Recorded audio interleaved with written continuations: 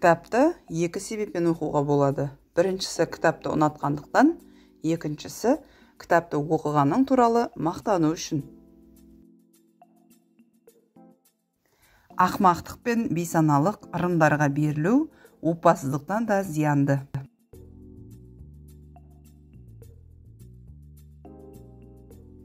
Тіл тек ойды жеткізуге ғана қызмет етіп қоймайды. Сонымен қатар, тілсіз өмір сүрмейтін ойды тудыруға ықпал етеді. Жат ойларды айтудан қорықпаңыз. Осы уақытқа дейін қабылданған пікірлердің барлығы өз уақытында жат деп бағаланды. Кез келген сақтықтан гөрі махаббаттағы сақтық шынайы бақыт үшін ең қиын нәрсе. Біздің қазіргі дүниедегі мәселенің түпкі себебі ақмақтардың өз пікіріне берік болуы, ал даналардың өз пікіріне күмәнмен қарауы. Махаббаттан қорқу өмірден қорқу, ал өмірден қорқатындар әлде қашан өлген екен. Мен сенетін идеялар үшін өмірімді еш қашан қимайтын едім. Себебі мен қателесуім мүмкін.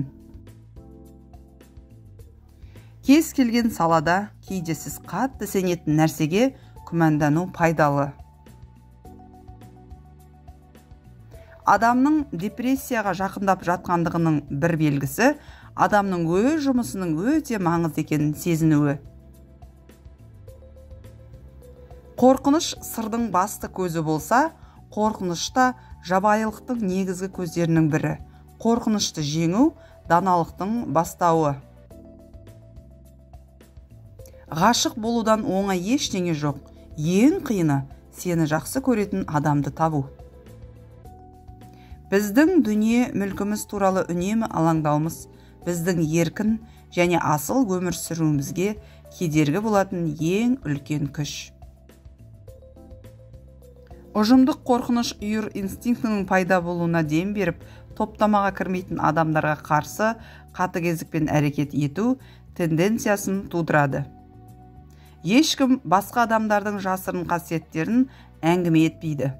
Олар адамды логикамен айналысатын парасатты тіршілік иесі дейді. Менің бүкіл өмірім осыны дәлелдейтін дәлелдер іздеумен өтті. Бақыттың сыры дүние сұмдыққа толы жер екенін ұғыну. Ар ожданымен зұлымдыққа баратын адамдарды діни ғалымдар түсінбейді. Сондықтан олар тозақ бар деп сенеді. Ешбір адамға, бандаға немесе ұлтқа қатты қорқыныш жағдайында адамгершілікпен әрекет етуге немесе ұтымды әрекет етуге сенуге болмайды. Барлығы аздап ақылсыз болады. Егер сіз жеткілікті тырыссаңыз, сіз нәрселерге анық қарай бастайсыз. Кез келген ойшыл үшін ең қиыны мәселенің шешімін табуға болатындай етіп түсіндіру. Сіздің қолыңыздан келгеннің бәрі сіздің бақытыңызға үлес қосады. Өзіңіз қалаған кейбір нәрселердің болмауы бақыттың ажырамас бөлігі болып табылады. Ғылым біз білетін нәрсе, ал философия біз білмейтін нәрсе. Әлемнің түрлі бөліктерінде бір-біріне ұқсамаған әрекеттер күнә болып саналады. Адамның қалайтын нәрсесі сенуге ұмтылу емес, бәлкім білуге ұмтылу. Бұл мүлдем бір-біріне қарама-қарсы заттар. Адам екеніңді ұмытпа, қалған барлық нәрсені ұмытса болады. Адам бақытына ең үлкен психикалық кедергілердің бірі догматизм. Адам қарапайым жануар. Ол бір нәрсеге сенуі керек. Сенуге жеткілікті себеп болмаған кезде, адам негізсіз себептермен де сенуді жалғастырады. Өмір бәсекеден басқа ештеңе емес. Адам құрбан болудан гөрі қылмыскер болуды таңдайды. Бақытты өмірдің көп бөлігі тыныштықта өтеді. Өйткені шынайы бақыт тек тыныштық атмосферасында болады. Дүниеде есі дұрыс адам күмәнданбайтындай дәлдікпен айтылған білімнің қандай да бір түрі бар ма? Біздің әлем мұндай ретсіз қатыгездіктің көрінісіне қаншалықты төзе алады? Бұл дүниеде бір шешімге келе алмау сияқты шаршап шалдыққаннан басқа ештеңе жоқ. Патриотизм болмашы себептермен өлтіруге немесе өлуге келісім беру. Әлемді ақылмен жаулап алыңыз, айналаңыздағы әлемнен қорқуға ғана берілмеңіз. Қозғалмайтын көлікке ренжігендей өзін дұрыс ұстамаған адамға ренжігеніңіз де сонша энергияны босқа жұмсайды.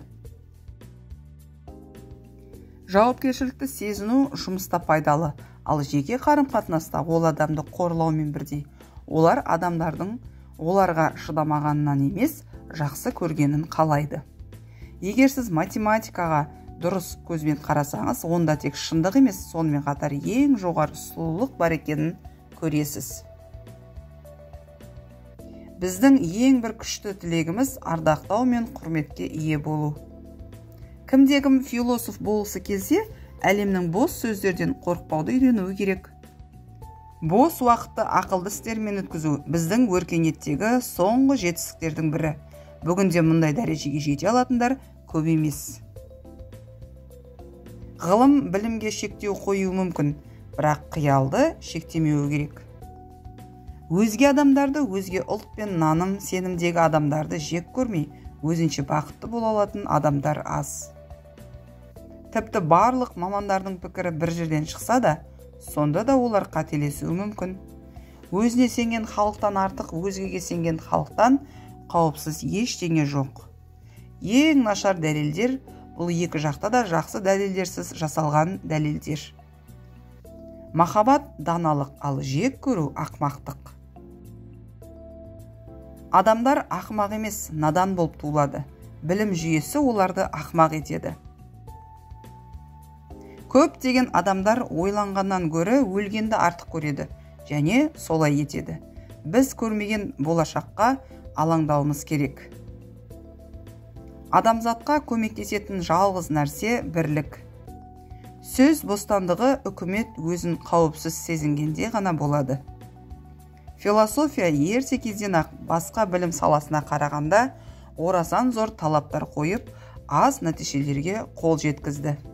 Ешқашан біреуді ойлаудан тыйдырмаңыз, өйткені сіз міндетті түрде жетістікке жетесіз. Тым үлкен армандар тым аурудан туады. Мәңгілік нәрсеге ұмтылу адамдарды философияға жетелейтін ең күшті инстинкттердің бірі. Біз әдеттерімізді жалақыдан гөрі бірінші орынға қоямыз, ал кейде әдеттерімізді өмірімізден жоғары қоямыз. Адам өміріндегі ең үлкен шығын уақытты босқа өткізу. Өмірдегі ең қиыны қай көпірден өтіп, қайсысын өртеу керектігін білу. Адамның қаншалықты парасатты екенін, оның ақыл, ойы оның қалауларын қаншалықты басқаратына қарап бағалауға болады. Жалғыздықты ұнатпайтын адам ешқашан еркіндікке қол жеткізе алмайды. Ешқашан өз ойын өзгертпейтін адамды надан деуге болады. Скептиктерге өмірлік қиындықтарға төтеп беру үшін төзімділік қажет, ал Құдайға және болашаққа сенетін адамдар үшін өмірдің қиындықтарын жеңу үшін үлкен шыдамдылықты қажет етпейді. 100% дәлдікке ұмтылу адам баласына тән, бірақ ол зиялы адамның ісі емес.